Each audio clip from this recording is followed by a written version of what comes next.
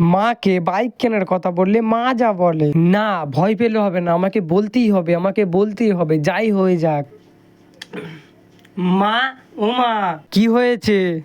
বলছিলাম আর কি, পুজো তো চলে আসলো না? হ্যাঁ জানি, জামা প্যান্ট কিনতে হবে, ঠিকই কিনে দেবো। আরে না না না না, জামা প্যান্ট লাগবে না। তাহলে আবার কি? আরে তুমি তো জানোই আমাদের পুজোর পরে প্রতিবারই তো পরীক্ষা চালু হয়ে যায়। এর আগের বারে তো আমি পুজো এত ঘুরেছি, পায়ে ব্যথার জন্য তো আমি পিরাইপুরে যেতে পারি। এর জন্যই পরীক্ষায় আমি কম নাম্বার পেয়ে গেছিলাম। তাই এবারে আমি চাই, এবারে পরীক্ষা যেন আমি একদমই কম নাম্বার না পাই। তাই তোমাকে জিজ্ঞাসা করছি, যদি পরীক্ষার খাতিরে তুমি যদি আমাকে একটা বাইক কিনে দিতে তাহলে খুব ভালো হতো। ওরে জানো, আর টাকা কি গাছে ফলে নাকি? গোটা পুজোতে তোরে বাইরে বেরোতে দেবো না, তারপর দেখি তোর পায়ে ব্যথা কিভাবে হয় আর পরীক্ষায় তুই কিভাবে কম নাম্বার পাস। তুই যদি আমাকে বলতি মা আমাকে একটা টোটো কিনে দাও, আমি ভাড়া মারবো, টাকা ইনকাম করবো, তাও আমি ভেবে দেখতাম।